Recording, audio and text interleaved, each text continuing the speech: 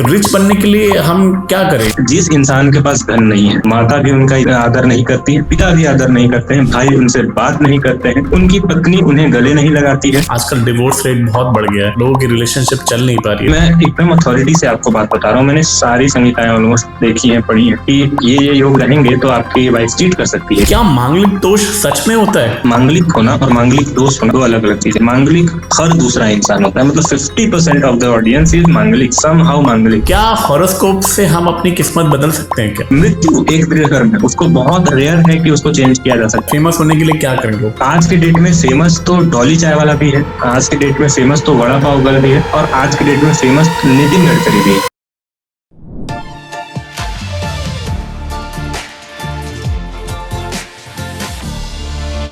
Hey, hi, good afternoon, everyone.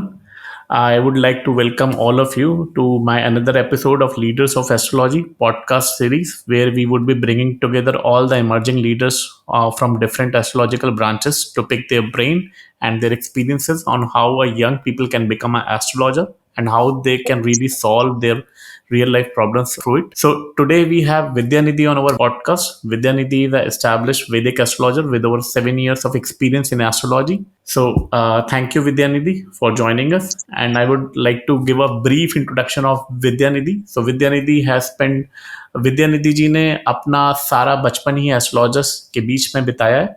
उनकी family भी astrologers की ही रही है। उन्होंने ये सब एस्ट्रोलॉजी का ज्ञान जो है वो अपने पेरेंट्स से सीखा है। उसके बाद उन्होंने सोसाइटी की काफ़ी हेल्प करी और अब उन्होंने इसे आगे अपना प्रोफेशन ही बना लिया है। इसके अलावा विद्यानिधि जी का एक्सपर्टीज साइकोलॉजी, आयुर्वेदा और वेरियस योगिक साइंसेज में भी है। तो I would like to welcome him and अब मैं ज़्यादा टाइम ना वेस्ट करते हुए उनको इनवाइट करता हूँ। तो विद्यानिधि जी, आप सबसे पहले ये बताइए कि एस्ट्रोलॉजी में मैंने ये ऑब्जर्व किया है कि अगर हम किसी भी एस्ट्रोलॉजर के पास जाते हैं तो हर एस्ट्रोलॉजर अलग अलग आंसर देता है। तो इसकी वजह क्या है? देखिए ऋषभ जी, प्राइमरीली क्या होता है कि जब हम किसी एस्ट्रोलॉजर के पास जाते हैं तो एक्चुअल में हमें पता नहीं होता है कि जिस एस्ट्रोलॉजर के पास हम जा रहे हैं उनकी एक्सपर्टीज क्या है। अब एस्ट्रोलॉजी बाय इटसेल्फ एक अम्ब्रेला टर्म है, इसके नीचे कई सारे ब्रांचेज आते हैं, जिसमें से सबसे बड़ा ब्रांच पराशरी एस्ट्रोलॉजी का है। ठीक है, वैदिक एस्ट्रोलॉजी में संगीता ज्योतिष होती है, पराशरी ज्योतिष होती है, कई सारे ब्रांचेस होते हैं और सारे ब्रांचेस कंबाइन होकर एस्ट्रोलॉजी बनते हैं। जैसे कि साउथ इंडिया में केपी एस्ट्रोलॉजी बहुत ज्यादा फॉलो की जाती है और केपी एस्ट्रोलॉजी के रिसर्चर्स और फॉलोअर्स बहुत हैं। वैसे ही एक भृगु नंदी नाड़ी होती है, प्रश्न ज्योतिष होता है, कई प्रकार की विधियां होती हैं जिससे एक नाड़ी ज्योतिष भी होती है। तो कई प्रकार की विधियों के कारण सामने वाला इंसान पूरी तरह से एस्ट्रोलॉजर होता भी नहीं है, बस क्लेम करता है कि आई एम एन एस्ट्रोलॉजर और इंटरप्रेट करके आंसर्स इंट्यूशन के ऊपर देना चाहता है। इस कारण एस्ट्रोलॉजी में एक बहुत आप प्रॉब्लम बोल सकते हैं कि बहुत सारे ब्रांचेस में अलग अलग आंसर्स आते हैं। बट यदि प्योर वैदिक एस्ट्रोलॉजी को देखिएगा, जिसमें कि मोस्टली जैमिनी आएंगे, पराशर आएंगे, भृगु नंदी आएंगे और उसके अलावा केपी कृष्णमूर्ति पद्धति भी आएगी, ये जो ट्रेडिशनल ब्रांचेस हैं इनके आंसर्स बहुत ज्यादा डिफर नहीं करेंगे। यदि डिफरेंसेस आएंगे भी तो 19-20 के अंदर आएंगे। और बाकी जो थोड़े बाहर के जो प्योर एस्ट्रोलॉजी वाले सेक्शन में नहीं आते हैं उनके आंसर्स कई बार आपको एलियन साउंड कर सकते हैं कि अच्छा ये क्या बोल रहा है, दिस इज समथिंग डिफरेंट। तो यही कारण होता है कि आंसर्स में बहुत ज्यादा डिफरेंसेस आते हैं। ओके, तो विद्यानिधि जी, आप किस एस्ट्रोलॉजी के अंदर आप किस चीज पे अपना स्पेशलाइजेशन रखते हैं? देखिए, मैंने सबसे पहले स्टार्ट किया था पराशरी ज्योतिष से, क्योंकि वो सबसे पुराना ब्रांच माना जाता है और सबसे बड़ा ब्रांच माना जाता है। माना जाता है कि यदि आपने पराशरी कंप्लीट कर लिया तो बाकी सारे यौगिक साइंसेस आपके लिए आसान हो जाते हैं, क्योंकि उससे सबसेट की सारी चीजें आती हैं। ठीक है, तो पराशरी के बाद मैंने जैमिनी को पढ़ा है और उसके अतिरिक्त मैंने केपी पद्धति का जो प्रेडिक्शन टेक्नोलॉजी है उसको भी पढ़ा।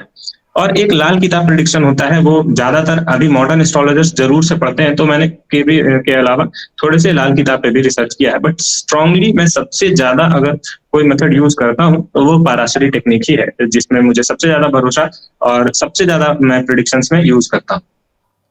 ओके, तो विद्यानिधि जी, मेरे को एक और सवाल है कि जब मैं छोटा था तो मैं अपने हाथ की पाम की लकीरें देखता था and I was always very curious कि इनसे कुछ होता है या नहीं होता है। तो आप कुछ बताइए इसके बारे में कि ये क्या है, मतलब इनसे वाकई में कुछ भविष्य देखा जा सकता है या नहीं देखा जा सकता? एक बहुत अच्छा वैदिक कोट है कि यतः पिंडो ततः ब्रह्मांड, मतलब जैसा आपका पिंड है वैसा ही ब्रह्मांड है।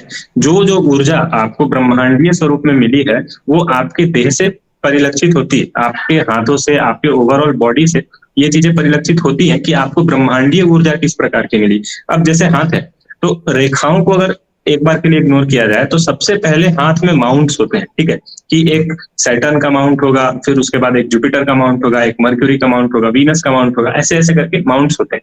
और उस माउंट्स पे अलग अलग साइंस होते हैं, कहीं क्रॉस का साइन होता है, कहीं स्टार का साइन होता है, हर साइन का अलग अलग मीनिंग होता है, जिससे ये पता चल जाता है कि किस इंसान का कौन सा सेक्शन सही है, किस इंसान का कौन सा सेक्शन स्ट्रांग है और वीक है, जिससे काफी अच्छे प्रिडिक्शन किए जा सकते हैं। क्योंकि कई लोग होते हैं जो अपने बर्थ का टाइम नोट नहीं करते हैं, जिनका प्रॉपर कुंडली नहीं बनाई जा सकती है, तो उनके लिए ये पाम रीडिंग बहुत हेल्प करता है, क्योंकि अल्टीमेटली वो भी यही बताता है कि आपको जीवन में कैसी ऊर्जा किस ग्रह के द्वारा मिली बाय बर्थ। और एक और बहुत अच्छा की टेक अवे है कि हस्तरेखाएं समय के साथ थोड़े बहुत चेंज भी कर सकती हैं। जैसे हमारे यहाँ ज्योतिष में गोचर होते हैं, जैसे गोचर चेंज होता है, राहु 2.5 साल में चेंज हो जाते हैं, शनि देव 2.5 साल में चेंज हो जाते हैं, और गुरु 1 साल में चेंज होते हैं। हर ग्रह का अपना अपना गोचर होता है, ठीक है। तो उस हिसाब से हस्तरेखाओं में भी गोचर के अनुसार थोड़ी थोड़ी चेंजेस, बहुत माइनर चेंजेस आते हैं, जो कि एक एक्सपर्ट ही आपको पकड़ के बता सकता है। तो हस्तरेखाओं का सिग्निफिकेंस काफी ज्यादा है, और बेसिकली वो एक बनी बनाई कुंडली है आपके हाथ। अच्छा, तो इसका मतलब इससे हम काफी हद तक भविष्य अपना प्रेडिक्ट कर सकते हैं। बिल्कुल बिल्कुल, यदि कोई अच्छे हस्तरेखा के जानकार हो तो ठीक ठाक आपको बता सकते हैं कि आपको किस ग्रह की उचित ऊर्जा मिली है और किस ग्रह में आपको पीड़ित ऊर्जा मिली है। अच्छा, तो एक बात बताइए, आजकल मैं देखता हूँ कि सभी इन लोगों को रिच बनना है, सबको पैसा कमाना, सबको बड़ा बंगला, घर, गाड़ी, मर्सिडीज बेंज, सबको यही चाहिए, सबको अच्छी नौकरी। तो ये बताइए कि रिच बनने के लिए हम क्या करें? ज्योतिष का कैसे उसका हम अपनी लाइफ में यूज कर सकते हैं? देखिए, ये काफी अच्छा क्वेश्चन है, और मैं इसको मनी थोड़ा मनी मनी मुझे लगता है इज रियली इंपॉर्टेंट, बट सब कुछ नहीं है। बट ज्योतिष को हम कैसे यूज करके अपनी लाइफ में मनी को लेवरेज कर सकते हैं, कि कैसे हम और कमाएं, कैसे हम उसके किस चीज के लिए, फील्ड के लिए बने हैं। देखिए, मैं आपको एक छोटा सा श्लोक सुनाता हूँ, ठीक है, मनी के इंपॉर्टेंस पे, ठीक है। हम्म। माता निंदति नाभिनंदति पिता, भ्राता न संभाषते, भृत्यः कुप्यति नानुगच्छति सुतः, कांता च न लिंग्यते, अर्थ प्रार्थन शंकया न कुरुते, संभाषणम वै सुहृत्, तस्मात् अर्थमुपार्जय सुमते, अर्थेन सर्वे वसा। यानी कि जिस इंसान के पास धन नहीं है, माता भी उनका आदर नहीं करती है, पिता भी आदर नहीं करते हैं, भाई उनसे बात नहीं करते हैं, उनकी पत्नी उन्हें गले नहीं लगाती है, और जो संबंधी लोग हैं वो उनसे बात नहीं करना चाहते हैं इस शंका में कि कहीं ये हमसे पैसे ना मांगे। तो अल्टीमेटली शास्त्र इस बात को बहुत अच्छे से स्वीकार करते हैं। ये भर्तृहरि जी का श्लोक है, और शास्त्र बहुत अच्छे से इस बात को स्वीकार करते हैं कि धन बहुत आवश्यक है। जीवन में 4 पुरुषार्थ कहे गए हैं, धर्म अर्थ काम मोक्ष, जिसमें से दूसरा पुरुषार्थ अर्थ ही है। अर्थ को इग्नोर नहीं किया जा सकता है। Money is a very integral part of happy life, ठीक है। अब एस्ट्रोलॉजी के रोल को देखते हैं। मैं आपको एक छोटी सी स्टोरी बताता हूँ। मेरे एक क्लाइंट है, अब मैं उनका नाम नहीं लूंगा, ठीक है, बट उनका काम था दुबई बेस्ड एप्स से रिलेटेड, वो बेटिंग इत्यादि में काम करते थे, ठीक है।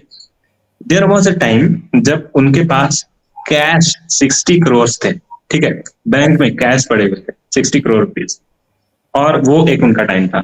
और देयर वॉज अ टाइम जब उनके पास इतना लोन हो गया, सारे पैसे डूब गए, और इतना लोन हो गया कि जो लोन का इंटरेस्ट था वो लगभग 4 लाख रुपए पर महीने था, ठीक है। तो आप समझ जाइए कि एक इंसान यहां से यहां चला गया।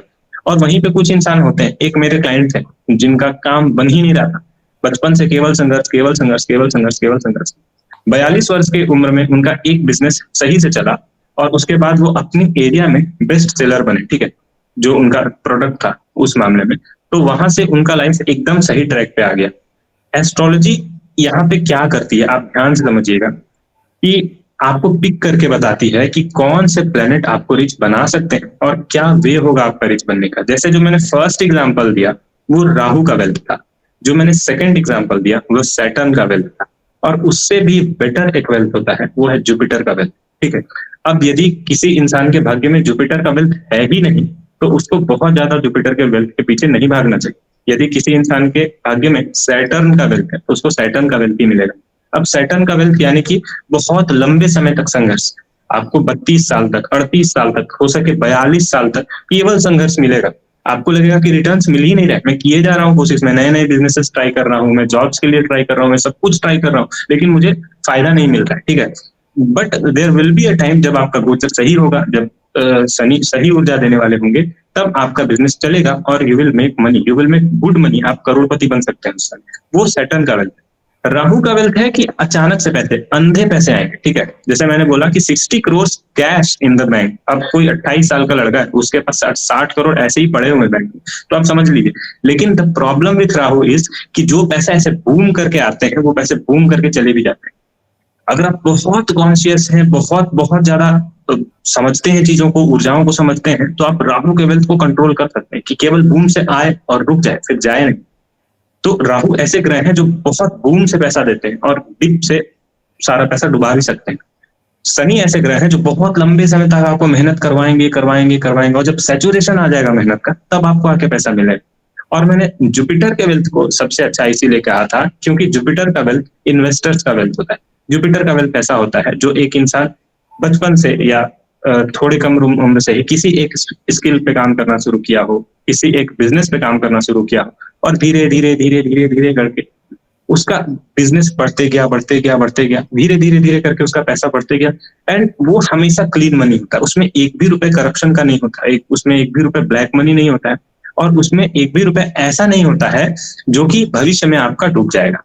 तो ये जो वेल्थ होता है ये मल्टी मिलियनर्स का वेल्थ होता है, ये बिलियनर्स का वेल्थ होता है। बिलियनर्स का वेल्थ सबसे ज्यादा जुपिटर का वेल्थ होता है।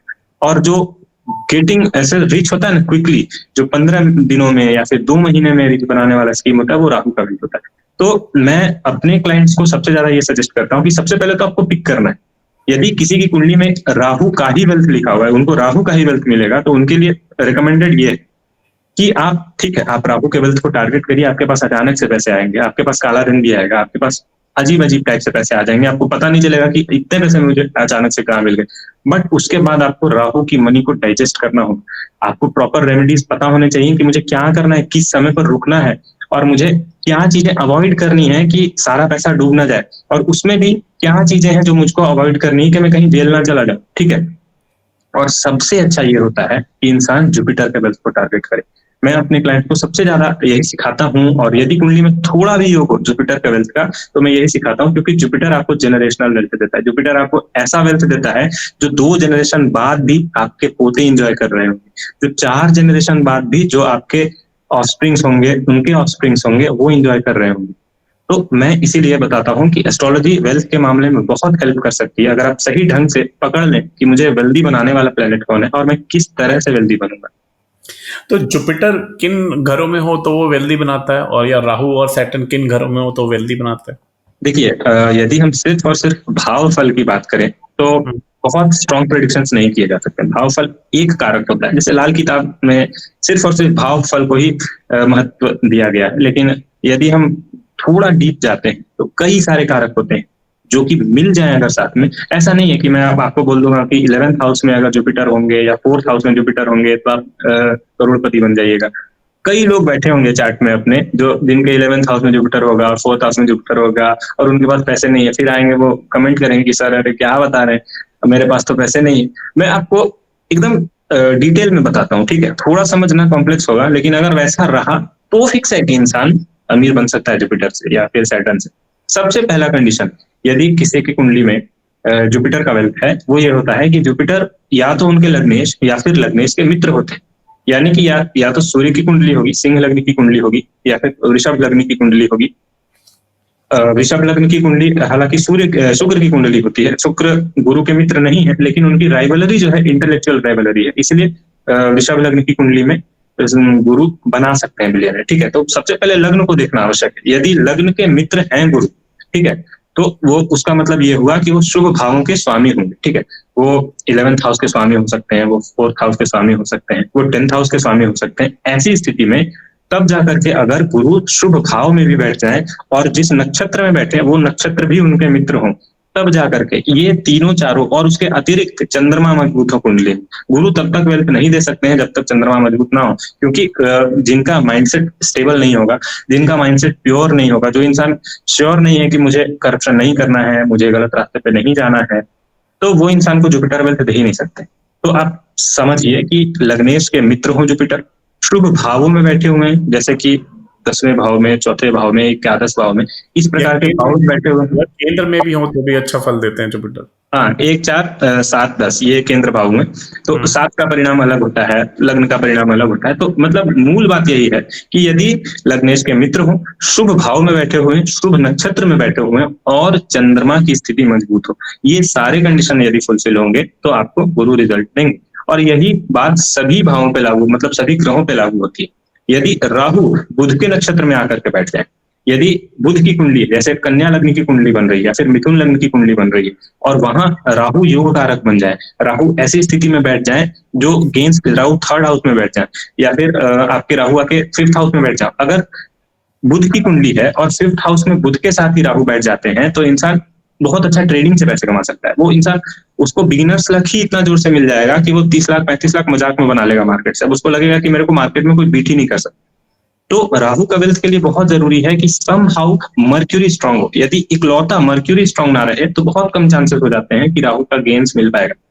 या फिर वीनस, मरकरी या वीनस में से कोई एक ग्रह का साथ ना मिले राहु को तो ज्यादातर राहु डुबा ही देते हैं, और अगर एक मिल जाए साथ तो फिर हाँ, वो इंसान बन सकता है, अच्छा खासा बिलियनर बन सकता है। आप खास करके एडवोकेट्स की कुंडली में देखिएगा, जिन लोग लॉ में बहुत अच्छा कर रहे हैं, जितने भी एडवोकेट्स होते हैं जिनका लॉ में अच्छा प्रोफाइल है, आप गौर करिएगा कि उनका राहु और बुध या तो कंबाइंड होंगे या योग कारक होंगे, दोनों के कॉम्बिनेशन में बल जरूर होगा। और वैसे ही लोग होते हैं जो कि आगे चल के मोटा पैसा लॉ में बना सकते हैं। यदि किसी की कुंडली में बुध और राहु दोनों ही पीड़ित हैं, आंख बंद करके आप कहिए कि गलती से भी आप लॉ में मत जाइएगा, नहीं तो लॉ एक ऐसा सेक्शन है जिसमें लोग कई बार 20 साल तक संघर्ष भी करते रह जाते हैं, उन्हें पैसे नहीं मिलते हैं। और कुछ लोग होते हैं जो 6-8 साल के करियर के बाद आराम से 7-8-10 लाख रुपए महीने के कमा रहे हैं, तो वो राहु है और बुध है, तो वो उनकी एनर्जी होती है। इसलिए पिक करना सबसे ज्यादा जरूरी है कि कौन मुझे देगा और किनको शांत छोड़ देना है। और शनि के बारे में आपका क्या विचार है? शनि कैसे देते हैं वेल्थ? देखिए, शनि क्या सीन है कि यदि आपके पिछले जन्म के पुण्य नहीं होंगे तो शनि का गेन मिलेगा ही नहीं मिलेगा। कोई चांस नहीं है कि आपको पिछले जन्म का गेन मिल सकता है। और बहुत सारी संहिताओं में माना गया है कि 5th हाउस से आप पिछले जन्म को देखते हैं, ठीक है। तो अगर 5th हाउस के जो लॉर्ड है उनका सैटर्न से मित्रता नहीं है तो बहुत कम चांसेस है कि आपको सैटर्न का वेल्थ मिलेगा। सैटर्न विपरीत राजयोग में भी बहुत अच्छे रिजल्ट्स देते हैं, लेकिन सैटर्न का वेल्थ ऐसा है कि आपको लंबे समय तक कंसिस्टेंटली परसिवरेंस रखना है और लंबे समय तक मेहनत करते जाना। जिनको सरकारी नौकरी चाहिए, ठीक है, जिनको सरकारी नौकरी चाहिए, खास करके लिए उनके लिए सैटर्न का वेल्थ जरूरी होता है, उनके लिए सैटर्न की एनर्जी जरूरी होती है। अब सरकारी नौकरी में क्या है कि एक फिक्स सिलेबस है, आपको कंसिस्टेंटली उसको पढ़ते जाना है। Perseverance is the keyword. अगर आप सैटर्न का गेम चाहते हैं, आपको बहुत ही स्ट्रॉन्ग परसिवरेंस रखना होगा कि एक टारगेट पकड़े और उसी पर लगे हुए हैं, आंख बंद करके कि नहीं, दिस इज द टारगेट, मुझे इसी एग्जाम को टारगेट करना है, मुझे इसी बिजनेस को टारगेट करना है, मुझे यहीं से गेन्स कमाने हैं।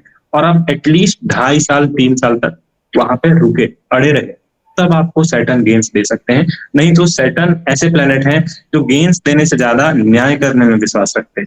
आप जहां शॉर्टकट लेने का कोशिश किए, सैटर्न आपको डिप कर देंगे। जहां शॉर्टकट लेने का कोशिश किए, सैटर्न आपको समझा देंगे कि नहीं, this is not the case, मैं ऐसे काम ही नहीं करता हूँ, मुझे शॉर्टकट नहीं चाहिए, मुझे एकदम क्लीन रोड चाहिए और वो भी सबसे लंबा वाला, तो मुझको चुन के आओ। और पास्ट लाइफ का पुण्य होना सैटर्न के लिए बहुत जरूरी है। और उसमें भी यदि सैटर्न गुरु के साथ अच्छे से कंबाइन हो रहे हो, सैटर्न और गुरु की अगर तात्कालिक मैत्री हो कुंडली में, तो काफी अथॉरिटी के साथ आप ये बात बोल सकते हैं कि इस इंसान ने पिछले जन्म में पुण्य किया है, ठीक है। सैटर्न और वीनस यानी कि शनि और शुक्र, इन दोनों की युति अगर कुंडली में देखने के लिए मिल जाए तो आप ये कह सकते हैं कि ये इंसान रिश्तों में पिछले जन्म में काफी मतलब मेहनत किया है, काफी इनपुट दिया है, ठीक है। अगर मित्रता हो तो ऐसा नहीं कि शत्रुता, नैसर्गिक रूप से ये दोनों ग्रह मित्र हैं, लेकिन अगर तात्कालिक मैत्री भी हो तब आप कह सकते हैं कि हाँ, ये इंसान ऐसा था जिसने पिछले जन्म में रिश्तों को बहुत महत्व दिया है, बहुत ज्यादा उस पर समय दिया है, तो इस जन्म में वो इस सेक्शन में बहुत अच्छा करेगा। तो फिर एक बात बताइए, फिर तो मेष लग्न की कुंडली में सन और सैटर्न हमेशा शत्रु हैं? तो फिर उसका मतलब मेष लग्न वालों को सैटर्न से कभी फायदा नहीं हो सकता क्या? नहीं नहीं, देखिए ऐसा कुछ नहीं है कि सन और सैटर्न जो है बाय डिफॉल्ट नैसर्गिक रूप से शत्रु तो हैं, ठीक है। तो उसका तात्कालिक स्थिति से कोई लेना देना नहीं है। यदि अपनी अपनी राशियों में बैठे हुए हों सैटर्न और सन, तो दोनों को कंफर्टेबल माना जाएगा कि हाँ दोनों ठीक है, दोनों को कोई प्रॉब्लम नहीं है, अपने अपने भाव में बिल्कुल बिंदास है। जैसे कि मकर राशि में 10th हाउस में आकर के बैठ जाए सैटर्न, ठीक है, और यहाँ पर सिंह राशि में सूर्य बैठ जाए, तो बहुत अच्छा कंडीशन है। इंसान को तुरंत सरकारी नौकरी लग जाएगी, इंसान 2 साल कोशिश कर दे उसको गवर्नमेंट जॉब लग जाएगा, ठीक है। यदि तुला लग्न में आकर के बैठ जाए, तुला राशि में आकर के बैठ जाए सूर्य, तब जो सैटर्न है वो सूर्य को डोमिनेट कर देंगे। वहां पे इंसान का कॉन्फिडेंस गिर जाएगा, वहां पे इंसान पिता को कन्विंस ही नहीं कर पाएगा, वहां पे इंसान को डिसीजन मेकिंग मिलेगा ही नहीं घर में करने के लिए कि बेटा जो बोल रहे हैं बस वही सुनो। पर तुला में अगर मेष लग्न की कुंडली है, तुला में तो सूर्य नीच के हो जाएंगे। हाँ, सूर्य नीच के हो जाएंगे और शनि उच्च के हो जाएंगे 7th हाउस में। तो ऐसी स्थिति में आप समझिए कि मॉडर्न टाइम्स में ये एक बहुत बड़ी समस्या है कि जो फीमेल शादी करके घर पे जा रही हैं, वो देख रही हैं कि जिससे मैंने शादी किया he is not man enough, ये तो अभी भी बच्चा है, ये तो हर बात के लिए घर वालों से पूछता है, इसके पास तो डिसीजन मेकिंग एबिलिटीज नहीं है। यदि आप एस्ट्रोलॉजी में विश्वास रखते हैं या फिर किसी एस्ट्रोलॉजर से कंसल्ट करते हैं, वो एक इंस्टेंस में बता सकता है कि ऐसा क्यों हो रहा है। और ऐसा बहुत बार देखा गया है कि यदि कुंडली में सूर्य शनि के कारण पीड़ित हो जाए या फिर 7th हाउस में ही आकर के पीड़ित हो जाए, तो इंसान का मैरिड लाइफ में डिसीजन मेकिंग एबिलिटीज बिल्कुल जीरो हो जाता है। उसकी पत्नी परेशान हो जाती है कि यार ये घर के डिसीजन खुद से क्यों नहीं लेता है, हर बात अपने पिताजी से पूछेगा, हर बात अपनी माताजी से पूछेगा, खुद की डिसीजन मेकिंग एबिलिटीज बिल्कुल जीरो। और इसके चलते there are huge numbers of women जो आज के डेट में बहुत परेशान है। और इसका उपाय किया जा सकता है यदि आप ठीक ढंग से एस्ट्रोलॉजी को फॉलो करें, और बहुत सारे कमिटमेंट्स चाहिए उसके लिए, बट हाँ ये ठीक किया जा सकता है एस्ट्रोलॉजी से। पर अगर आप लड़के के एंगल से सोचें तो वो अगर अपने माँ बाप को इम्पोर्टेंस दे रहा है तो उसमें गलत क्या है, क्योंकि उनका अनुभव ज्यादा है। बिल्कुल, बहुत बहुत बढ़िया एक सवाल है। बात है कि एक होता है इंपॉर्टेंस देना, ठीक है, और एक होता है मजबूर हो जाना। मैं स्टार्टिंग से अगर कंफर्टेबल हूँ अपने घर में, बहुत कंफर्टेबल हूँ, मैं अपना बात कंफर्टेबली रख सकता हूँ, मेरे ओपिनियन का उतना ही रिस्पेक्ट है, तो वो कहा जाएगा कि मैं अपने माता पिता को इंपॉर्टेंस दे रहा हूँ, ठीक है, मैं अपनी बात रख रहा हूँ, वो अपने बात रख रहे हैं, फिर एक कॉमन डिसीजन बनता है। लेकिन मैं जिस स्थिति की बात कर रहा हूँ, उस स्थिति में जो लड़का है वो बचपन से भी जो सेटअप है घर का, उसमें ऐसा होता है ना कि मेंटली दबा ही हुआ रहता है। जैसे कि मैं आपको एक स्टोरी बताता हूँ, ठीक है, एक क्लाइंट की, मैं उनका नाम नहीं लूंगा, मेरी क्लाइंट है, गुजरात का सेटअप है, ठीक है। अब गुजरात में वो काम करते हैं, ठीक है। अब उनके पिताजी का बहुत अच्छा बिजनेस है, कपड़ों का बिजनेस है, और मतलब उनका monthly sales easily 6 to 7 lakh है, जिसका अच्छा खासा मार्जिन है, मतलब इजिली 6 to 7 लाख प्रॉफिट है मंथली, ठीक है।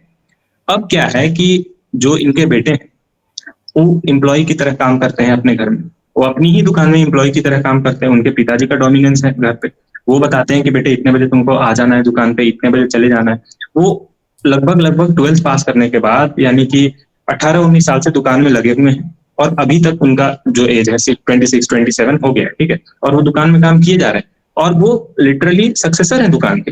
लेकिन उनको कोई भी अथॉरिटी नहीं दी गई है, उनकी डिसीजन मेकिंग जीरो है। वो एक एक मतलब एम्प्लॉय से भी गिरा हुआ महसूस करते हैं कि सारी चीजें तो पिताजी बता रहे हैं, मेरे खुद का डिसीजन मेकिंग तो है ही नहीं।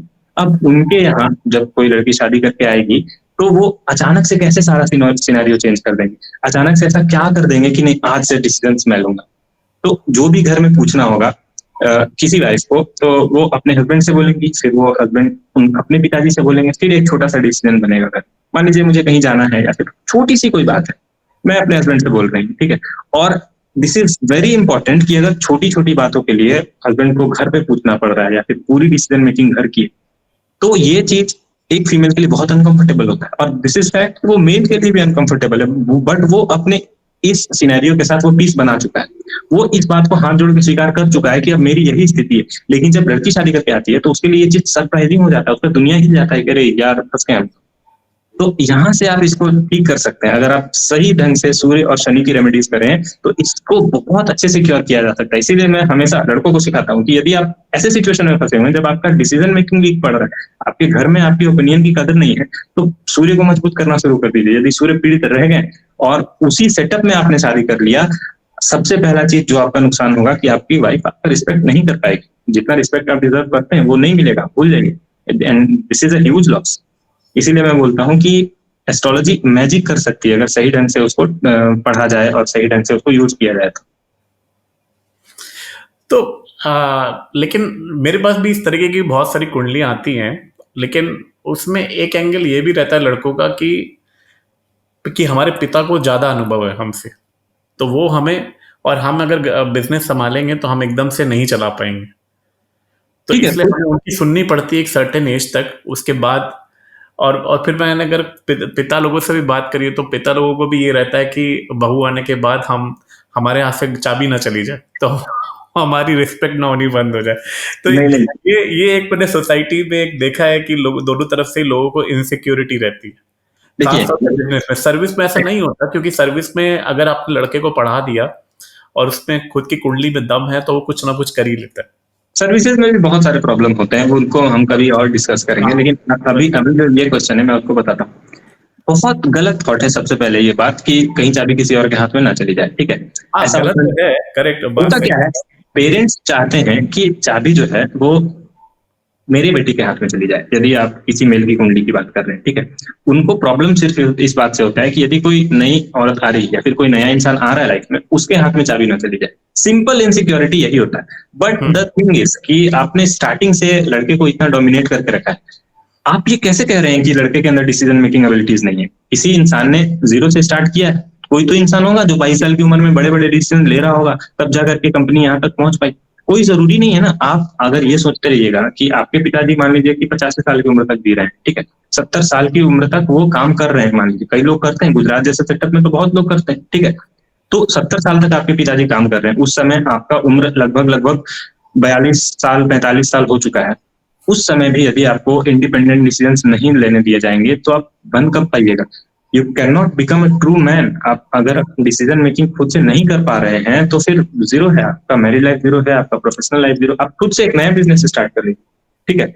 लेकिन पीड़ित सूर्य का लक्षण यही है कि इंसान इस बात को स्वीकार कर लेता है कि हाँ सही बात है, एक्चुअल में मैं डिसीजन मेकिंग नहीं कर सकता हूँ, मुझे करना भी नहीं चाहिए, मैं कुछ तो गलत ही कर दूंगा, ठीक है। और वो धीरे धीरे धीरे इस गिल्ट को स्वीकार कर लेता है कि जो भी मैं हूँ वो अपने पेरेंट्स के कारण या फिर जो मेरा लीनियज है उसी के कारण हूँ, मैं अपने दम पे कुछ नहीं कर सकता हूँ। और ये लैक ऑफ कॉन्फिडेंस जो है हेल्दी मैरिज लाइफ के लिए बहुत एकदम टॉक्सिक होता है, जहर के जैसा काम करता है। इसीलिए विवाह करने से पहले यदि आप मंगल को छोड़ दीजिए, लोग मंगल को लेकर के रोते रहते हैं कि कहीं मैं मांगलिक तो नहीं हूँ, कहीं मंगल है तो ये हो जाएगा ये हो जाएगा, ठीक है। बहुत ओवररेटेड है मांगलिक। लोग सूर्य पे ध्यान नहीं दे रहे हैं। लोग खास करके लड़के, खास करके मेल जो है सूर्य पे ध्यान नहीं दे रहे हैं। यदि वो विवाह करने से पहले सूर्य को ट्रीट कर लें, अच्छे से सूर्य को मजबूत कर लें, तो मैं आपको बता रहा हूँ तो quality of marriage will improve so much. आपको इतना ज्यादा रिस्पेक्ट मिलेगा अपने मैरिज में कि आप वो इमेजिन नहीं किए कि अच्छा हाँ ऐसा होता है एक विवाह। तो इससे मेरे दिमाग में एक और क्वेश्चन आता है कि आजकल हम लोग खासतौर से आजकल इंडिया में भी अभी ये शुरू हो गया है, लोग रिलेशनशिप में बहुत स्ट्रगल कर रहे हैं। आजकल डिवोर्स रेट बहुत बढ़ गया है और लोगों की रिलेशनशिप चल नहीं पा रही है, they are not feeling happy कहीं पे भी। मैं देखता हूँ मेरे पास बहुत सारे डिवोर्स केसेस भी आते हैं स्टडी करने के लिए। तो आपको क्या लगता है कि हम एस्ट्रोलॉजी को कैसे यूज कर सकते हैं डिवोर्स को रोकने के लिए, या हम अपना ऐसा मेंटल इंटेलेक्ट पार्टनर ढूंढ सकते हैं एस्ट्रोलॉजी को यूज कर? आपने दो बातें कही, पहले कि हम एस्ट्रोलॉजी को डिवोर्स रोकने के लिए कैसे यूज कर सकते हैं, और दूसरी कि हम अपने लिए कंपैटिबल इंसान कैसे खोज सकते हैं। बट जो पहला बात है, डिवोर्स अभी भी इंडिया में जो जिस लेवल पे है, आई बिलीव कि थोड़ा उससे अधिक ही होना चाहिए, ठीक है। कुछ सिटीज को अगर एक्सेप्शनली छोड़ दिया जाए तो ओवरऑल इंडिया में जो डिवोर्स रेट्स हैं वो लेस देन गुड है, उससे थोड़ा बेटर ही होना चाहिए। लोग जितना निभा रहे हैं अच्छी शादी, बिल्कुल शादी चली नहीं थी, जीरो है, माइनस में शादी, फिर भी लोग चलाए जा रहे हैं चलाए जा रहे हैं। एस्ट्रोलॉजी क्या कर सकती है? एस्ट्रोलॉजी एक तो ये भी है कि लोग बहुत जानना चाहते हैं कि क्या मेरी कुंडली में डिवोर्स के योग है, क्या मेरी कुंडली में सेपरेशन के योग है। मैं एकदम अथॉरिटी से आपको बात बता रहा हूँ, मैंने सारी संहिताएं ऑलमोस्ट देखी हैं, पढ़ी हैं और काफी गहन विचार भी किया है। वैदिक एस्ट्रोलॉजी डिवोर्स पे बहुत ज्यादा विचार नहीं करता है। वैदिक एस्ट्रोलॉजी में डिवोर्स का मतलब होता है आपके पार्टनर की डेथ, सेपरेशन की बात नहीं करता। वो क्वालिटी ऑफ मैरिज को बहुत अच्छे से बता सकता है कि ये योग रहेंगे तो आपकी वाइफ चीट कर सकती है, ये योग रहेंगे तो आपके हस्बैंड चीट कर सकते हैं, ये योग रहेंगे तो संतान उत्पत्ति में प्रॉब्लम हो सकती है, ये योग रहेंगे तो फिर अग्रेशन बहुत ज्यादा हो सकता है, अब्यूसिव रिलेशनशिप हो सकता है, ये सारी चीजें हो सकती है। तो चॉइस हमेशा आपकी का होगा कि आपको डिवोर्स लेना है कि नहीं लेना। एक अच्छा एस्ट्रोलॉजर जैसे मैं यदि दो लोगों की कुंडली एनालाइज करूं तो देख के ये बता सकता हूं कि इनकी जो आगे चल के जीवन में क्वालिटी ऑफ मैरिज होने वाली है वो पॉजिटिव रहेगी या नेगेटिव रहेगी। जैसे दो कपल है, मान लीजिए उनका विवाह सही से नहीं चल रहा है और मेरे पास कंसल्ट करने के लिए आते हैं कि क्या हमें डिवोर्स ले लेना चाहिए, क्या करूं, मुझे रुकना चाहिए, डिवोर्स लेना चाहिए। मैं क्या देखता हूँ कि अभी जो इनका समय है उसके बाद का समय, जस्ट बाद का समय, 6 महीने बाद का समय, एक साल बाद का समय मैरिड लाइफ के अकॉर्डिंग सही है, इससे ज्यादा पॉजिटिव है या इससे ज्यादा वीक है। और फंडामेंटली कोई एरर तो नहीं है दोनों की कुंडली में कि ये दोनों साथ में रह ही नहीं सकते। और यदि ऐसा योग है तभी मैं रेकमेंड करता हूँ कि आप डिवोर्स ले लीजिए। नहीं तो यदि कोई प्रेजेंट सिचुएशन और फ्यूचर वाली सिचुएशन उससे वे बेटर है, उससे काफी अच्छी है, तो मैं बोलूंगा कि जैसा भी चल रहा है उसको चलाइए, थोड़ा स्पेस दे दीजिए, आप अपने घर चले जाइए, ये कर लीजिए, वो कर लीजिए, अभी डिवोर्स मत लीजिए, क्योंकि फिर बाद में आप रिग्रेट करिएगा कि यार थोड़ा सा रुक जाते तो चीजें ठीक हो सकती। तो डिवोर्स रेट ऐसा नहीं है कि इंडिया में बहुत ज्यादा बढ़ गया है, एक दो सिटीज को अगर छोड़ दिया जाए, बल्कि चीटिंग का जो रेट है वो ज्यादा बढ़ गया है। डिवोर्स लोग कहाँ ले रहे हैं, लोग शादी में बने हुए हैं और चीट कर रहे हैं। प्रॉब्लम तो ये है, और एस्ट्रोलॉजी यहाँ पे भी हेल्प कर सकती है। आप बहुत अच्छे से आइडेंटिफाई कर सकते हैं कि इस इंसान के अंदर फ्यूचर में चीटिंग करने का पोटेंशियल है या नहीं, और वो सॉर्ट आउट किया जा सकता है कि नहीं किया जा सकता है। तो ऐसे बहुत सारे योग होते हैं। जैसे यदि किसी फीमेल की कुंडली के नवमांश में शुक्र और केतु की युति बन रही है, तो वो हमेशा फील करेगी कि I deserve much better, I deserve much better, उसको संतुष्टि नहीं मिल सकती।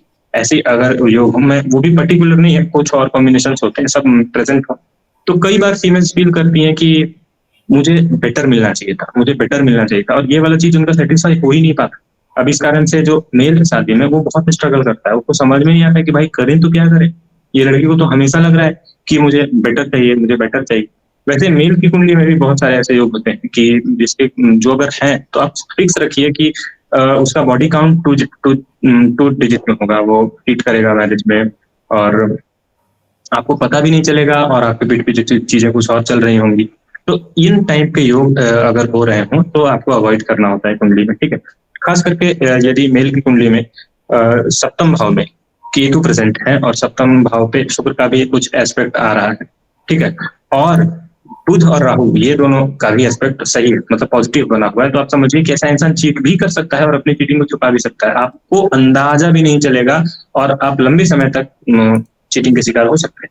और ये होता है, मेल के साथ भी होता है, फीमेल के साथ भी होता है। तो दिस इज द प्रॉब्लम है। बड़ा बड़ा समस्या ये है, ये लोग चीट बहुत ज्यादा कर रहे हैं, डिवोर्स तो फिर भी कम ही हो रहा है। ओके तो एक बात बताइए कि क्या मांगलिक दोष सच में होता है, और शादी के समय क्या हमें इस चीज पे ध्यान देना चाहिए? क्या कोई ऐसी भी रेमेडी है जो हमारे सारे प्लैनेट्स के लिए काम करती हो?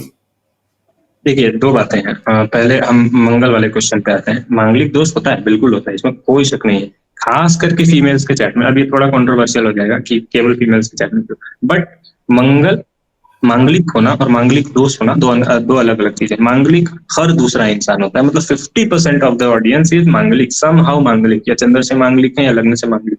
बट मांगलिक होना किस स्पेक्ट्रम है, यहाँ से लेकर के यहाँ तक।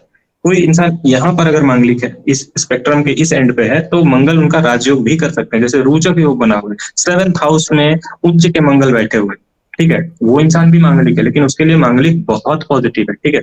या फिर 4th हाउस में किसी के वृश्चिक राशि के मंगल बैठे हुए, वो इंसान रियल एस्टेट में बहुत अच्छा कर सकता है, लेकिन टेक्निकली उसको भी मांगलिक बोला जाता है, ठीक है। और एक होता है एकदम इस एंड के मांगलिक, ठीक है, कि अष्टम भाव में राहु के साथ मंगल बैठे हुए हैं, ये एक्सट्रीम मांगलिक होता है। तो कुछ मांगलिक ऐसे भी हो सकते हैं जो इस लेवल तक जा सकता है कि पार्टनर का डेथ हो जाए, इस लेवल तक जा सकता है कि आपकी शादी चलेगी ना, आपके अंदर बहुत ही अब्सर्ड टाइप का वायलेंस करने का मतलब होता है ना कि तुरंत कलेश करने वाला प्रवृत्ति, ये सारी चीजें। तो मांगलिक दोष होता है, लेकिन आपको यहाँ से यहाँ तक समझना होगा कि उसका स्पेक्ट्रम है। और जैसे ही कोई बोला कि आप मांगलिक है तो तुरंत डर नहीं जाना, आपको पूछना है कि मैं कहाँ पे एग्जिस्ट करता हूँ, मैं स्पेक्ट्रम में कहाँ पर हूँ। अगर आप इस साइड है तो हैप्पी, इस साइड है तो आपको रेमेडीज करनी पड़ेगी, इस साइड है तो आपको स्ट्रॉन्ग रेमेडीज करनी पड़ेगी। मंगल की कई सारी रेमेडीज आप करा सकते हैं। आप विवाह का भी बहुत सारा प्रोसीजर होता है, उसको ऑप्ट कर सकते हैं, तो बिना रेमेडीज के काम नहीं करेगा, ठीक है। अब आपने पूछा कि क्या कोई ऐसी रेमेडी है जो हर प्लेनेट के लिए यूज हो सकती है, तो आपको ये समझना होगा कि most of the times planet की रेमेडीज जो है देवताओं को टारगेट करके की जाती है, ठीक है, जो ऑथेंटिक रेमेडीज है। मैं ऐसे होता है ना कि सो कॉल्ड रेमेडीज की बात नहीं कर रहा हूँ जिनका कोई प्रमाण होता भी नहीं है वैदिक काम करेगा या नहीं करेगा, जैसे कि तेज पत्ता ले लिए, उसको लाल कपड़े में बांध दिए, जो अजीब अजीब टाइप के उपाय होते हैं। हालांकि कई बार वो भी प्रमाणिक होते हैं, लेकिन मोस्ट ऑफ द टाइम नहीं होते। मैं देवताओं के द्वारा की जाने वाले उपाय की बात कर रहा हूँ, जो कि सबसे ज्यादा पराशरी संहिता में मानी जाती है, जैमिनी सबसे ज्यादा जिनको मानते हैं। उसमें यह सबसे प्रोमिनेंट उपाय जिसको बताया गया है, जो सारे ग्रहों को एक साथ उपचारित कर सकता है, वो विष्णु सहस्त्रनाम है। क्योंकि भगवान विष्णु के 9 अवतार अभी तक हो चुके हैं, 10वां कल्कि अवतार होना बाकी है। तो 9 अवतार जो हुए हैं, हर अवतार एक एक प्लेनेट को रिप्रेजेंट करता है। जैसे कि राम भगवान जो है वो सूर्य को, और भगवान कृष्ण जो है वो इसको क्या बोलते हैं, चंद्रमा को रिप्रेजेंट करते हैं। जैसे वामन अवतार है वो बुध को रिप्रेजेंट करते हैं। ऐसे ऐसे करके नरसिंह अवतार जो है वो मंगल को रिप्रेजेंट करते हैं। तो हर अवतार भगवान विष्णु का एक एक ग्रह को, एक एक ग्रह की ऊर्जा को होल्ड किया है। जैसे मंगल की सबसे इंटेंस ऊर्जा यदि किसी में है तो भगवान नरसिंह में। मंगल की ऊर्जा भगवान कार्तिकीय में भी है, मंगल की ऊर्जा भगवान हनुमान में भी है, ठीक है। लेकिन मंगल की जो सबसे इंटेंस ऊर्जा है, सबसे इंटेंस ऊर्जा है, वो भगवान नरसिंह में। चंद्रमा की ऊर्जा स्वयं चंद्रदेव में भी है, चंद्रमा की ऊर्जा भगवान शिव में भी है, लेकिन चंद्रमा की जो सबसे इंटेंस ऊर्जा है वो भगवान कृष्ण में है, ठीक है। तो ऐसे अगर देखा जाए तो एक उपाय जिसको महा उपाय कहते हैं, जिसको कर लेने से कहा जाता है कि सभी दोषों का निवारण एक बार में हो सकता है, वो विष्णु सहस्त्रनाम का न्यास इत्यादि के साथ सविधि किया गया उपचार है। यदि कोई इंसान न्यास कर रहा है और संकल्प इत्यादि के साथ में पूरे नियम फॉलो करके विष्णु सहस्त्रनाम का पाठ कर रहा है, तो फिर उसको अन्य किसी भी उपचार की आवश्यकता नहीं है कि पीपल के पेड़ के नीचे कुछ रख दीजिए या फिर अपने बेड के नीचे ऐसे कुछ कर लीजिए, कोई आवश्यकता नहीं। यदि आप साधना पूर्वक विष्णु सहस्त्रनाम का पाठ करते हैं तो आपके प्रारब्ध तक को बदलने की क्षमता रखता है एक सर्टेन लेवल तक। मुझे तो ऐसा लगता है कि अगर हम धर्म पूर्वक चल रहे हैं, अगर हम अर्थ को धर्म पूर्वक कमा रहे हैं, तो ये उपाय बहुत कारगर साबित होते हैं।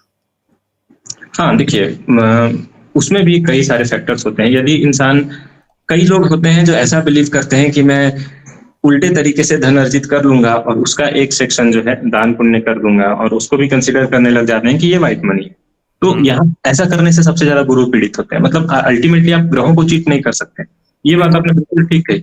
अगर आप स्टार्टिंग से डे वन से ही क्लीन मनी पे फोकस करते हैं, सबसे बेहतर तरीका है, सबसे बेहतर तरीका है कि आप सैटर्न भी खुश, वीनस भी खुश, जुपिटर भी खुश, अल्टीमेटली राहु भी सबसे ज्यादा खुश तभी होते हैं जब मनी जो है क्लीन मनी हो, व्यसन से आया हुआ पैसा ना हो। अगर व्यसन का पैसा है, व्यसन यानी कि मतलब राहु कई तरीके से पैसे देते हैं, ठीक है। व्यसन से रिलेटेड जो पैसा होता है, जैसे कि कोई इंसान एक दारू का कारोबार करता है, ठीक है, और उसमें कुछ 2 नंबर का काम ऊपर नीचे कुछ कर रहा है, या फिर कोई भी नार्कोटिक सब्सटेंस का बिजनेस कर रहा है, या फिर बेटिंग एप्स वाला जो सीन हो गया, जितने भी लोग बेटिंग ऐप से पैसा कमाना चाहते हैं वो भी अल्टीमेटली राहु को ही ट्रिगर कर रहे हैं, और इन अ बैड वे ट्रिगर कर रहे हैं। तो ये बहुत हाईली रिकमेंडेड है कि आप चाहते हैं यदि कि मेरी कुंडली में ग्रह अच्छे परिणाम दें, तो focus on clean money, don't focus on money जो कि शॉर्टकट से आया हो या फिर जो कि अनएथिकल हो, इलीगल हो, उससे बचिए। तब आप अल्टीमेटली लॉन्ग टर्म में इतना वेल्थ ग्रो कर सकते हैं कि आपके आने वाले जनरेशन आपको थैंक यू बोले। तो एक बात बताइए, जैसे 2024 जो है वो शनि का साल माना जा रहा है, तो इससे हमें क्या डरने की जरूरत है या हमें क्या करना चाहिए? देखिए, दोनों बातें, क्योंकि सैटर्न को शनि का साल कहा जा रहा है कि सैटर्न को जब हम सम करते हैं 2024 को, तो 8 आता है, और 8 जो है न्यूमरोलॉजिकली शनि का नंबर होता है। तो आप ऐसे समझिए कि केवल इस बात को यदि ध्यान में रखा जाए 8 अंक को, तो शनि का परिणाम क्या होगा। जिन लोगों ने बहुत मेहनत किया है, जिन लोगों ने अपने, ऐसे होता है ना कि जो लगे हुए हैं, 5 साल से मेहनत कर रहे हैं, 6 साल से मेहनत कर रहे हैं, 7 साल से मेहनत किए जा रहे हैं, रिजल्ट्स नहीं मिल रहे हैं उनको, लेकिन मेहनत सच में किया है उन्होंने, उनको 2024 रिजल्ट देगा। उनमें उनकी जॉब लगेगी 2024 में, और ऐसे लोगों का प्रमोशन होगा, ऐसे लोगों को उनका बिजनेस चलने लगेगा। तो जो लोग मेहनत किए एटलीस्ट 2.5 साल इज द की, जिन लोग 2.5 साल से कम मेहनत कर रहे हैं उनको 2024 परिणाम देगा। और जो लोग लाइफ में रिलैक्स कर रहे थे अभी तक, जो लोग सोच रहे थे कि चलो बच्चा हो जाएगा, चीजें हो जाएंगी, थिंग्स विल वर्क आउट, उनको शनि पटकेंगे, उनको शनि समझाएंगे कि बेटा अभी उठ जाओ, अभी अगर नहीं उठे तो फिर मौका नहीं मिलेगा, उनको डिप मिलेगा 2024 में। तो 2024 ऐसा ईयर है कि जिन लोग आराम कर रहे थे वो लोग उठ जाइए, और जिन लोगों ने पहले से बहुत मेहनत किया है अब उनको अपॉर्चुनिटी मिलेगा कि अब आप पैसा कमा सकते हैं, अब आपका मेहनत जो है आपको फल देगा। और 2024 जो है गरीबों की सहायता करने वाला ईयर। 2024 में आपको यदि सामने से कोई इंसान पैसे मांगता है तो डोंट डिनाई। ये तो ऐसे भी 2024 इसके लिए जरूरी नहीं है, लेकिन गरीबों की सहायता एकदम होता है ना, पर्टिकुलरली टारगेट करके करिए कि हाँ, मुझे यदि गरीबों की सहायता करने का अवसर प्राप्त होगा तो मैं 2024 में जरूर करूंगा। तो एक बात बताइए कि इस साल दिवाली पे हम माता लक्ष्मी को कैसे खुश करें ताकि हम सभी पे धन की वर्षा हो, या लोग इस दिवाली का मैक्सिमम फायदा कैसे लें, किस तरीके की पूजा करें? देखिए, सबसे पहले तो बात है कि यदि आप दिवाली को टारगेट करना चाहते हैं, यदि आप वेल्थ से रिलेटेड कोई भी स्ट्रॉन्ग रेमेडी करना चाहते हैं दिवाली में, तो सबसे पहले आपको अपनी कुंडली में वीनस को समझना होगा। आपको देखना होगा कि आपका वीनस जो है किस राशि में बैठा हुआ है। आप महालक्ष्मी जो है उनके 8 स्वरूप होते हैं। शुक्र ग्रह के जो देवता है वो महालक्ष्मी है, ठीक है। महालक्ष्मी के 8 स्वरूप हैं टोटल, ठीक है। और हर ग्रह एक लक्ष्मी को प्रेजेंट करता है। जैसे राहु जो है वो वैभव लक्ष्मी को प्रेजेंट करते हैं, सूर्य जो है वो राज लक्ष्मी को प्रेजेंट करते हैं, ऐसे गज लक्ष्मी होती है, संतान लक्ष्मी होती है। तो आपको पिक करना है कि आपकी कुंडली में शुक्र जो है जिस राशि में बैठे हुए हैं, उस राशि से अष्टलक्ष्मी का कौन सा स्वरूप जुड़ा हुआ है, उस स्वरूप की आराधना करिए। एक बहुत अच्छा स्तोत्र है महालक्ष्मी अष्टकम, उसका पाठ करें। और अष्टलक्ष्मी स्तोत्र यदि आप गूगल पे सर्च करेंगे तो अष्टलक्ष्मी स्तोत्र आपको प्राप्त हो जाएगा, उसका आराधना करें। और उसमें पर्टिकुलरली जो जिस लक्ष्मी के स्वरूप की आराधना आपको बताई गई हो उनकी आराधना करें, कमल के पुष्प के द्वारा, कमल गट्टे की माला के द्वारा। तब आप गुड वेल्थ को अट्रैक्ट कर सकते हैं, स्पेसिफिकली दिवाली के दिन। ओके, तो ये इस तरीके से हम अपनी दिवाली, या सभी लोग अपनी दिवाली बहुत अच्छी बना सकते हैं। बिल्कुल। तो क्या हॉरोस्कोप से हम अपनी किस्मत बदल सकते हैं क्या? देखिए, ये काफी डीप क्वेश्चन है। हम हॉरोस्कोप से अपना किस्मत बदल सकते हैं कि नहीं, ये समझने के लिए हमें 3 कॉन्सेप्ट समझने होंगे। पहला कॉन्सेप्ट दृढ़ कर्म का है, ऐसे कर्म जो कि जिन्हें बिल्कुल नहीं बदला जा सकता, जो 100% फिक्स है, ठीक है। और उसके बाद होते हैं दृढ़ कर्म, यानी दृढ़ और अदृढ़, 50% जिनको चेंज किया जा सकता है और 50% वो फिक्स रहेंगे, ठीक है। और एक होता है अदृढ़ कर्म, जिनको उचित रेमेडीज के साथ 100% चेंज किया जा सकता है, ठीक है। जैसे कि मृत्यु एक दृढ़ कर्म है, उसको बहुत रेयर है कि उसको चेंज किया जा सकता है, वो चीजें चेंज नहीं हो सकती। लेकिन धन जो है वो दृढ़ सेक्शन में आता है, ठीक है। मोस्टली ये फिक्स नहीं है, ये मैं बता दे रहा हूँ, ये बहुत कॉम्प्लेक्स है, ये मैं एक मोटा जनरलाइज आइडिया बता रहा हूँ, ठीक है। तो धन मोस्ट ऑफ द टाइम दृढ़ कर्म में आता है कि आप 50% आपका जो पोटेंशियल, हाईएस्ट पोटेंशियल है कुंडली का, आप उससे भी ज्यादा पुश कर सकते हैं उसको, यदि आप सही ढंग से सही अप्रोच रखें अपना, तो ठीक है। और उसके अलावा कुछ चीजें होती है, खास करके रिलेशनशिप वाला सेक्शन जो है वो ऐसा होता है कि उसमें आपका चॉइस बहुत मैटर करता है। उसमें आप अपने चॉइस से पूरा भाग्य पलट सकते हैं। यदि आपकी कुंडली में दिया गया है कि आपको काफी खराब मैरिज का सामना करना पड़ेगा इस ईयर तक, तो आप उस ईयर को अवॉइड ही कर दीजिए, आप वहां पे शादी ही मत करिए। जो योग कारक प्लैनेट बन रहे हैं केवल उन्हीं को ध्यान में रख के विवाह किया जाए। यदि प्रिसाइजली चूज किया जाए इंसान को, तो मैरिज वाला सेक्शन जो है अदृढ़ कर्म में आ सकता है कि मुझे पता चल गया कि मेरे सेक्शन कौन कौन से वीक हैं और मैं उसको ध्यान रख के ही बिल्कुल विवाह करूंगा, तो मेरा वैवाहिक जीवन अच्छा रहेगा। लेकिन ये भी कई बार कई जातकों की कुंडली में दृढ़ कर्म के सेक्शन में आ जाता है। तो एक बहुत ही ज्यादा एक्सपर्ट एस्ट्रोलॉजर जिसने इन चीजों पर बहुत लंबे समय तक काम किया, वही आपको आपकी कुंडली देख करके स्पेसिफिकली बता पाएगा कि जैसे मैं अगर आपकी कुंडली देखूंगा तो ये बता दूंगा कि कौन से सेक्शन ठीक हो सकते हैं और कौन से सेक्शन ठीक नहीं हो सकते। बट इसका कोई जनरलाइज आंसर हो ही नहीं सकता। हो सकता है कि आपकी कुंडली का धन वाला सेक्शन अदृढ़ कर्म में हो, जिसको बहुत ज्यादा चेंज किया जा सकता है, लेकिन किसी और की कुंडली में वो दृढ़ कर्म में आ जा रहा हो, यानी कि उसको चेंज ही नहीं किया जा सकता है। तो ये एक बहुत ही ज्यादा मतलब पर्सनलाइज क्वेश्चन हो जाएगा कि किस सेक्शन को चेंज किया जा सकता है और किस सेक्शन को चेंज नहीं किया जा सकता। और इसमें सबसे जरूरी है चंद्रमा के पोजीशन को देखना। इसीलिए वैदिक एस्ट्रोलॉजी जो है चंद्रमा को इतना ज्यादा वैल्यू करता है। चंद्रमा जिस भाव को पीड़ित कर देंगे या फिर चंद्रमा जिस ग्रह को पीड़ित कर देंगे, वो ग्रह दृढ़ हो जाता है। उस ग्रह को चेंज करना या उस भाव को चेंज करना सबसे ज्यादा मुश्किल होता है कुंडली। और चंद्रमा जिस जिस ग्रह को स्ट्रेंथ दे रहे हो, जिस भाव को स्ट्रेंथ दे रहे हो, उस भाव को आप 1000% पर ले जा सकते हैं। वो 100% वाला भाव ही नहीं है, आप उसका 1000% यूटिलाइज करिए। मेरा अगला क्वेश्चन ये है कि बिजनेस या जॉब की टेंशन बहुत ज्यादा लोगों को रहती है, तो उसे कैसे दूर कर सकते हैं? देखिए, सबसे पहले तो आपको अपनी कुंडली को देखकर ये समझना होगा कि उचित क्या है मेरे लिए, बिजनेस करना या जॉब करना। और मैं आपको एक जनरलाइज आइडिया बता रहा हूँ कि मोस्ट ऑफ द टाइम लोगों की कुंडली में सीन ऐसा होता है कि आप स्टार्ट करिए जॉब से, कोई दिक्कत नहीं है। दशम भाव की स्ट्रेंथ बहुत जरूरी होती है। अगर आप स्टार्ट करिएगा जॉब से, उसके बाद धीरे धीरे धीरे करके उसको बिजनेस में ट्रांसफॉर्म कर लीजिएगा, तो वो ज्यादा फ्रूटफुल होता है। क्योंकि 7th हाउस के बाद 10th हाउस की ऊर्जा लेना ज्यादा मुश्किल है, और 10th हाउस के बाद 7th हाउस की ऊर्जा लेना इजी है। ये एक मतलब होता है ना, अनसेड रूल है एस्ट्रोलॉजी का। ये आपको कहीं लिखा हुआ नहीं मिलेगा, बट ये होता है, ये प्रैक्टिकल इम्प्लीकेशंस में दिखता है, ठीक है। तो यदि किसी जातक की कुंडली में 7th हाउस बहुत ज्यादा पॉइंट्स लेकर के बैठा हुआ है, बहुत ज्यादा ऊर्जा लेकर के बैठा हुआ है, और 10वां भाव पूरी तरह से पीड़ित है, ठीक है, एकादश भाव पीड़ित है और दूसरा भाव बहुत स्ट्रेंथ लेकर के बैठा हुआ है, सिर्फ और सिर्फ ऐसे ही जातक हैं जिनको कि आंख बंद करके बिजनेस करना चाहिए, जॉब के बारे में सोचना ही नहीं चाहिए। लेकिन यदि आपका 11th हाउस स्ट्रेंथ रख रहा है, यदि आपका 10th हाउस थोड़ा भी स्ट्रेंथ रख रहा है, तो ऑलवेज स्टार्ट विद जॉब। ये एक एकदम ज्योतिष का अनसेट रूल है कि आप उसको कन्वर्ट करिए, 11th हाउस को कन्वर्ट करिए 7th हाउस में, तब आप बिल्कुल निश्चिंत होकर के आगे बढ़िएगा कि हाँ, मुझे जॉब में कोई प्रॉब्लम नहीं होगी। एक समय के बाद आप बहुत खुशी खुशी जॉब छोड़ पाइएगा कि हाँ चलो अब मुझे जॉब नहीं करना है। और उसके लिए यदि आप प्लेनेटरी पोजीशंस को चेक करना चाहते हैं तो सबसे ज्यादा जरूरी इसमें भी सैटर्न को ही चेक करना है। यदि सैटर्न ऐसी स्थिति में है जो कि खास करके सूर्य से किसी तरह का कोई कॉम्बिनेशन बना रही है, तो मोस्ट ऑफ द टाइम ऐसे में लोग जॉब करते हैं, लंबे समय तक जॉब करते हैं, सरकारी नौकरियों में रहते हैं या फिर सर्विस वाला सीन रहता है। लेकिन शनि इंडिपेंडेंटली अगर बहुत ज्यादा स्ट्रांग हो रहा हो और सूर्य से कोई संबंध ना बना रहा हो, खास करके बुध के साथ या शुक्र के साथ संबंध बना रहा हो और बहुत मजबूत स्थिति में हो, तब ऐसे लोग जो है लॉजिस्टिक्स की बिजनेस कर सकते हैं। तो इस टाइप का बिजनेस डायरेक्ट स्टार्ट किया जा सकता है। तो एक कुंडली को देख करके बहुत क्रिटिकली एनालाइज किया जाए तो बताया जा सकता है कि आप किस प्रकार के जॉब से स्टार्ट करिए या फिर किस प्रकार के बिजनेस से स्टार्ट करिए। ओके।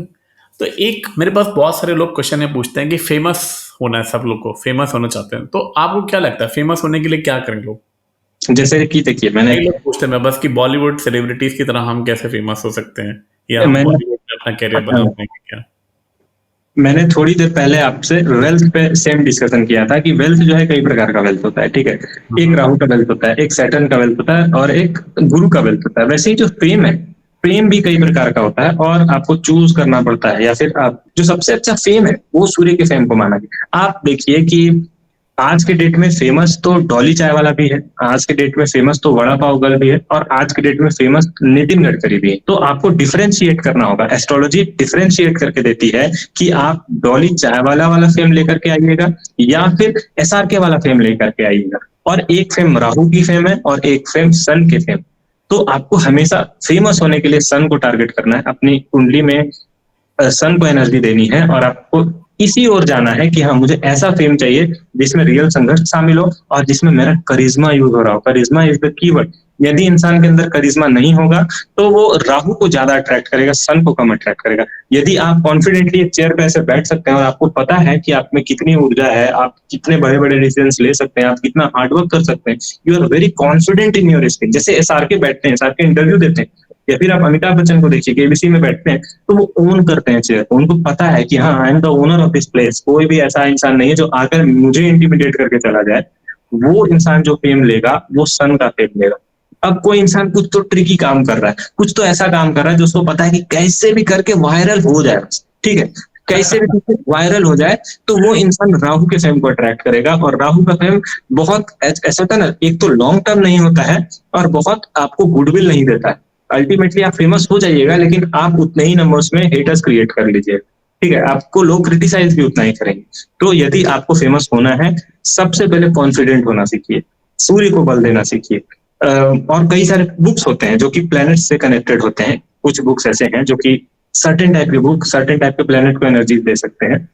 और अगर आप सूर्य को एनर्जी देना चाहते हैं तो 48 लॉज ऑफ पावर पढ़िए, और ये आपको फेमस भी बना सकता है लॉन्ग टर्म में। यदि आपने ये बुक पढ़ी 48 लॉज ऑफ पावर और सूर्य के बारे में आपने समझ लिया कि सूर्य को कैसे बल देते हैं, तब आप अल्टीमेटली अच्छा फेम अट्रैक्ट कर सकते हैं लाइफ में। और मैं हाईली रिकमेंड करूंगा कि don't go for the fame of Rahu, हमेशा सूर्य के फेम के लिए जाइए।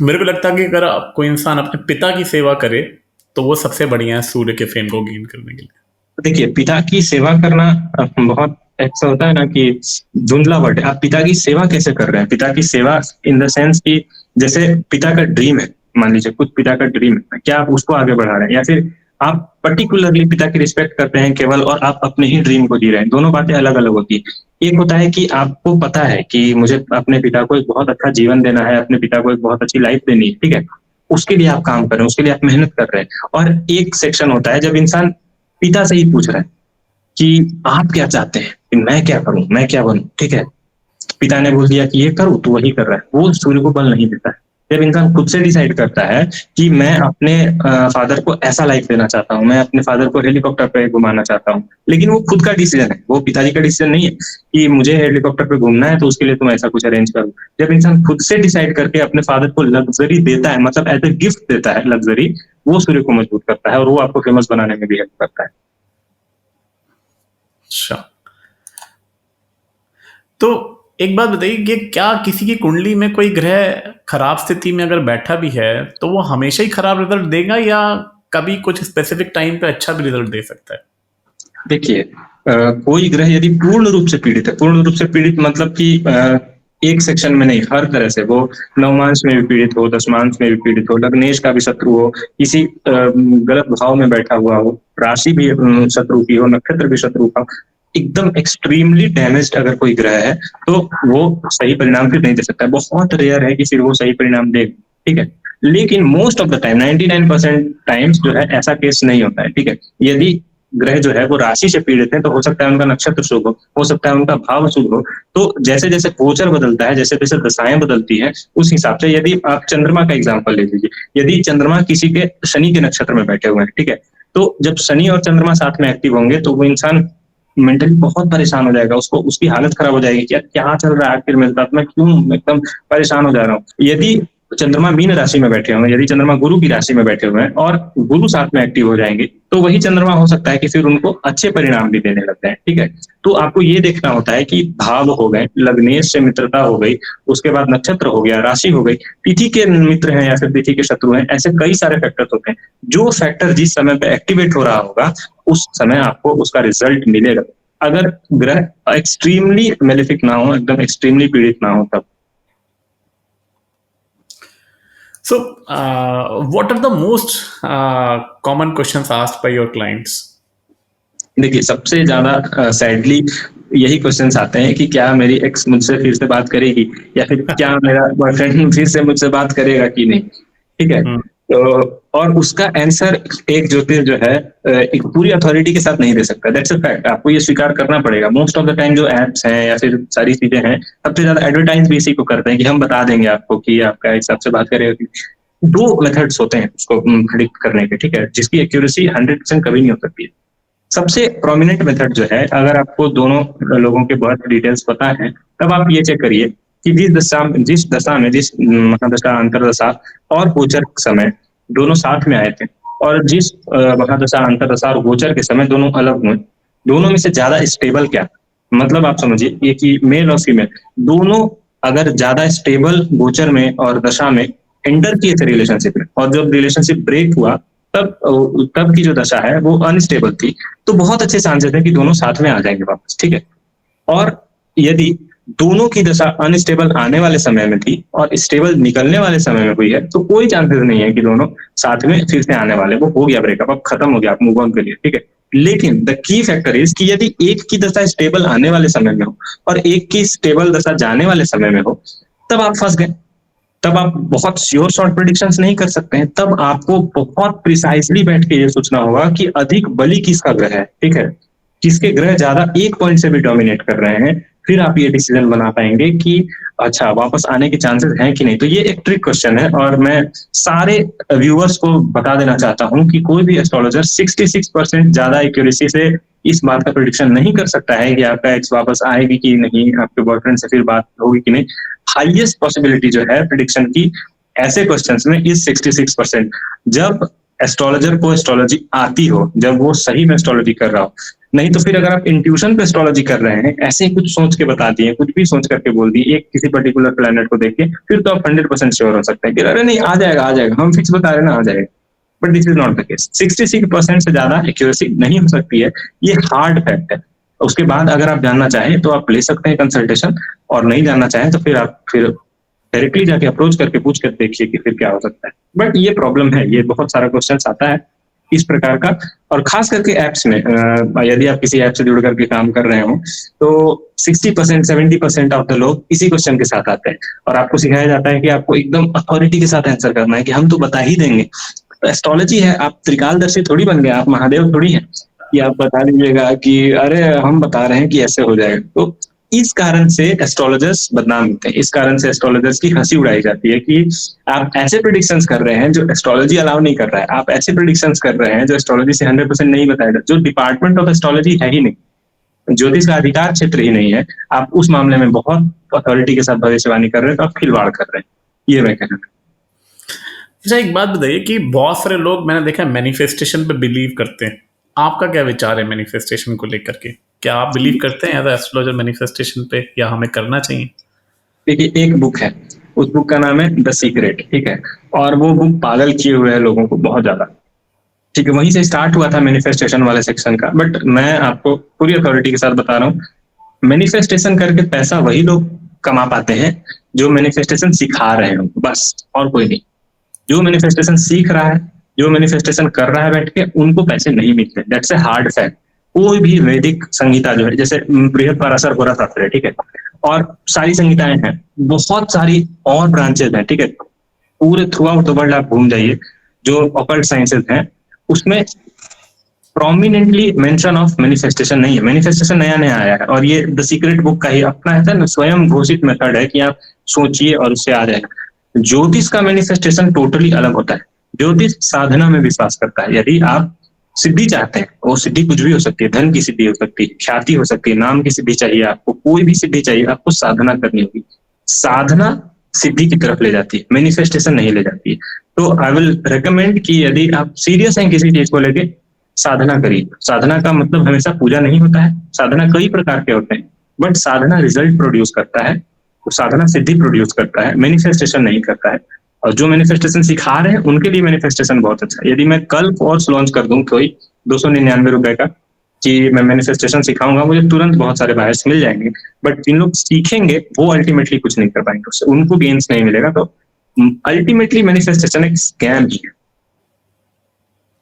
ओके, तो अब मैं अपना आखिरी क्वेश्चन रखता हूँ आपके सामने कि एंड में आप ये बताइए कि एक अच्छे एस्ट्रोलॉजर से कंसल्ट करने के लिए हमें लाइफ में क्या बेटरमेंट एक्सपेक्ट कर सकते हैं? देखिए, यदि आप एक अच्छे एस्ट्रोलॉजर से कंसल्ट कर रहे हैं, तो सबसे पहले आपको ये ध्यान में रखना होता है कि आपको एकदम लाइफ चेंजिंग इनसाइट्स मिलेंगे, लाइफ चेंजिंग आंसर्स नहीं मिलेंगे। यदि आप पूछना चाहते हैं कि मुझे बिजनेस करना है या फिर जॉब करना है, वो आपको पता चल जाएगा। सबसे ज्यादा आपको फायदा डिसीजन मेकिंग में होगा कि अल्टीमेटली हु आई एम, कौन सी ऐसी चीज है जो लॉन्ग टर्म में मुझे सबसे ज्यादा गेन्स देगी, जिसमें मैं सबसे ज्यादा खुश रह पाऊंगा, कौन सी ऐसी चीज है जिसको मैं ना करूं, कौन सी ऐसी चीज है, कौन सी ऐसी आदतें हैं जिसको मैं यदि अभी से अपना लूं तो लॉन्ग टर्म में मुझे कंपाउंडेड ग्रोथ देगा। छोटी छोटी बातें भी हो सकती है, बड़ी बड़ी बातें भी हो सकती है।